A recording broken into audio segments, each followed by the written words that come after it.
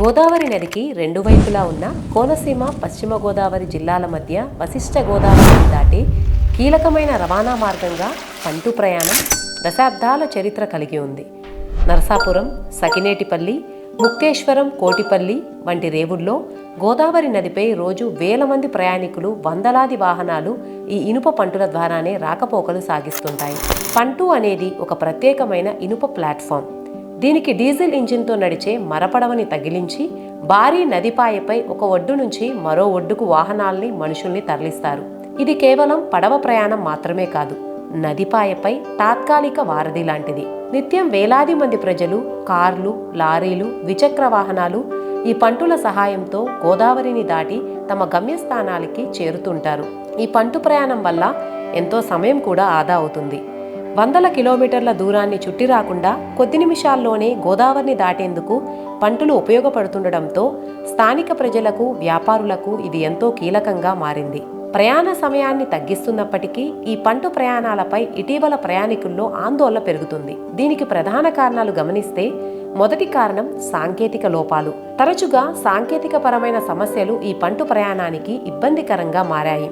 ప్రయాణికులతో వస్తున్న పంటులు నది మధ్యలో సాంకేతిక లోపంతో నిలిచిపోవడం, ప్రయాణికులు భయభ్రాంతులకి గురికావడం వంటి సంఘటనలు చోటు చేసుకుంటున్నాయి.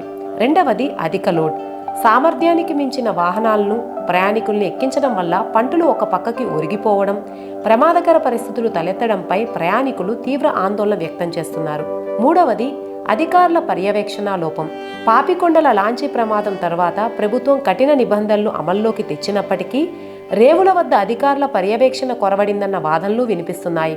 వరదల సమయంలో నిలిపివేత. ప్రతి ఏటా గోదావరి నదికి వరద ఉధృతి పెరిగినప్పుడు ముందు జాగ్రత్త చర్యగా అధికారులు పంటు ప్రయాణాల్ని తాత్కాలికంగా నిలిపివేస్తుంటారు. ఈ నిర్ణయం ప్రజల భద్రతకు అత్యవసరం అయినప్పటికీ పండుగలు, ఇతర అత్యవసర సమయాల్లో ప్రయాణాలు నిలిచిపోవడం వల్ల తీర ప్రాంత ప్రజలు ఇబ్బందులు పడుతున్నారు. గోదావరిపై పంటు ప్రయాణం కేవలం రవాణా సౌకర్యం మాత్రమే కాదు, కోనసీమ సంస్కృతిలో అది ఒక భాగం. ఈ ప్రయాణాల భద్రతపై అధికారులు మరింత దృష్టి సారించి సాంకేతిక సమస్యలు తలెత్తకుండా చర్యలు తీసుకోవాలని స్థానికులు విజ్ఞప్తి చేస్తున్నారు. గోదావరి నదిపై వాహనాల్ని దాటించే పంటుల నిర్వహణ, వాటి భద్రతా ప్రమాణాలపై ప్రయాణికుల్లో ఆందోళన పెరుగుతున్న నేపథ్యంలో ఈ రేవుల వద్ద అమలు చేయాల్సిన నిబంధనలు, అధికారుల పర్యవేక్షణ గురించి వివరాలు కీలకంగా మారాయి. పాపికొండల వద్ద లాంచీ ప్రమాదం తర్వాత జల రవాణా భద్రతపై ప్రభుత్వం కఠిన నిబంధనలు అమల్లోకి తెచ్చింది. పంటు సర్వీసుల్ని కూడా ఆంధ్రప్రదేశ్ మ్యారిటైమ్ బోర్డు, స్థానిక పోర్ట్, రెవెన్యూ అధికారులు పర్యవేక్షిస్తారు. నిర్వహణ, ధృవీకరణ, సామర్థ్య ధృవీకరణ అధికారులు జారీ చేస్తారు. ప్రతి పంటుకు నిర్దిష్టంగా వాహనాల్ని, ప్రయాణికుల్ని మోయగలిగే సామర్థ్య ధృవీకరణ పత్రాన్ని అధికారులు జారీ చేయాలి. ఈ సర్టిఫికేట్లో పేర్కొన్న సంఖ్య కంటే ఒక్క వాహనం లేదా ప్రయాణికుడు ఎక్కువైనా అది నిబంధనల ఉల్లంఘనే అవుతుంది. ఇక రెండవది ఫిట్నెస్ ధృవీకరణ కూడా తప్పనిసరి. పంటు, దానికి అనుసంధానించిన మరపడవ ఇంజిన్లు, ఇనుప ప్లాట్ఫామ్ల వర్కింగ్ కండిషన్లు మంచి స్థితిలో ఉన్నాయని నిర్ధారిస్తూ ఏడాదికొకసారి లేదా నిర్దిష్ట కాలానికి ఫిట్నెస్ సర్టిఫికేట్ పొందడం తప్పనిసరి. మూడవది నియంత్రిత మరమ్మతులు.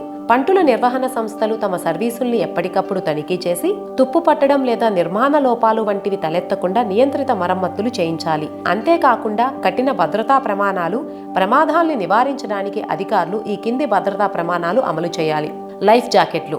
పంటుపై ఉండే మొత్తం ప్రయాణికులకి సరిపోయే సంఖ్యలో లైఫ్ జాకెట్లు అందుబాటులో ఉండాలి. అగ్నిమాపక పరికరాలు. ఇంజిన్ లేదా వాహనాల నుండి మంటలు చెలరేగితే ఉపయోగించడానికి వీలుగా అగ్నిమాపక యంత్రాలు తప్పనిసరిగా ఉంచేలా చేయాలి. అలాగే నైపుణ్యం గల సిబ్బంది. పంటుని నడిపే సిబ్బందికి ప్రభుత్వం జారీ చేసిన ధృవీకరించబడిన లైసెన్సులు ఉండాలి. వారికి నదిలోతు, ప్రవాహ వేగంపై పూర్తి అవగాహన ఉండాలి. ఇకపోతే రాత్రి ప్రయాణాల నిషేధం. గోదావరిపై భద్రతా కారణాల దృష్ట్యా సాధారణంగా రాత్రి 8 గంటల తర్వాత పంటు ప్రయాణాలకు అనుమతి ఇవ్వకూడదు. రేవుల వద్ద ప్రత్యేకంగా నియమించబడిన సిబ్బంది సామర్థ్యానికి మించిన వాహనాల్ని, ప్రయాణికుల్ని ఎక్కించకుండా పర్యవేక్షించాలి. అధిక లోడ్ ఉన్నట్లు తేలితే ప్రయాణాన్ని నిలిపివేయాలి. అలాగే ప్రమాణాలకి అనుగుణంగా పంటు సర్వీసులు నడుస్తున్నా రేవుల వద్ద తనిఖీలు, పర్యవేక్షణ కొరవడ్డం వల్లే ప్రమాదాలు జరుగుతున్నాయని స్థానిక ప్రజలు ఆరోపిస్తున్నారు. ప్రయాణికుల రద్దీ ఎక్కువగా ఉన్న సమయాల్లో సామర్థ్యం లెక్కించకుండా వాహనాలు ఎక్కించడం వల్ల పంటులు నది మధ్యలో ప్రమాదకరంగా ఒరిగిపోతున్నాయి. దీనిపై అధికారులు దృష్టి సారించి రేవుల వద్ద భద్రతా నియమాలు ఖచ్చితంగా అమలు చేయాలని ప్రయాణికులు డిమాండ్ చేస్తున్నారు. నది మధ్యలో ఆగిన పంటు. ఇటీవల ఇలాంటి సమస్య మళ్లీ తెరపైకొచ్చింది. సాంకేతిక సమస్య కారణంగా పంటు నదిలోనే ఆగిపోయింది. నది మధ్యలో మొరాయించడంతో ప్రయాణికులు అరగంట పాటు భయాందోళన చెందారు. డాక్టర్ బిఆర్ అంబేద్కర్ కోనసీమ జిల్లా సకినేటిపల్లి, పశ్చిమ గోదావరి జిల్లా నర్సాపురం మధ్య వశిష్ట గోదావరి నదిపై ఆదివారం నాడు ఒక పంటుకు త్రుటిలో పెను ప్రమాదం తప్పింది. నది మధ్యలోకి చేరిన తర్వాత ఇంజిన్ మొరాయించింది. దీనిలో సుమారు 80 మంది ప్రయాణికులు ప్రయాణిస్తున్నారు. మరో 20 వాహనాలు కూడా ఈ పంటులో ఉన్నాయి. నర్సాపురం నుంచి సకినేటిపల్లి వైపు బయలుదేరిన పంటులో నది మధ్యలోకి చేరుకున్న వెంటనే ఇంజిన్లో సాంకేతిక సమస్య తలెత్తి పూర్తిగా నిలిచిపోయింది. సముద్రం నుంచి వస్తున్న ఆటుపోట్ల కారణంగా గోదావరిలోకి బలంగా కెరటాలు రావడంతో నిలిచిపోయిన పంటు వేగంగా ఊగుతూ దిశ మారింది. ఈ ప్రమాదకర పరిస్థితుల్లో ముఖ్యంగా పిల్లలతో ఉన్న ప్రయాణికులు దాదాపు అరగంట పాటు భయంతో వణికిపోయారు. పంటుకు తాత్కాలిక మరమ్మతులు చేసి బయలుదేరేలా చేయడానికి నిర్వాహకులు చేసిన ప్రయత్నాలు కూడా విఫలమయ్యాయి. చివరికి అదే రేవు నుంచి ప్రయాణికులతో వస్తున్న మరో పంటు సహాయంతో మొరాయించిన పంటుకు తాడు కట్టి లాక్కొచ్చారు. సురక్షితంగా సకినేటిపల్లి ఒడ్డుకు చేరుకున్న తర్వాత ప్రయాణికులు ఊపిరి పీల్చుకున్నారు. ఈ నేపథ్యంలో పర్యవేక్షణ, భద్రత వంటి అనేక అంశాలు మరోసారి తెరపైకొచ్చాయి.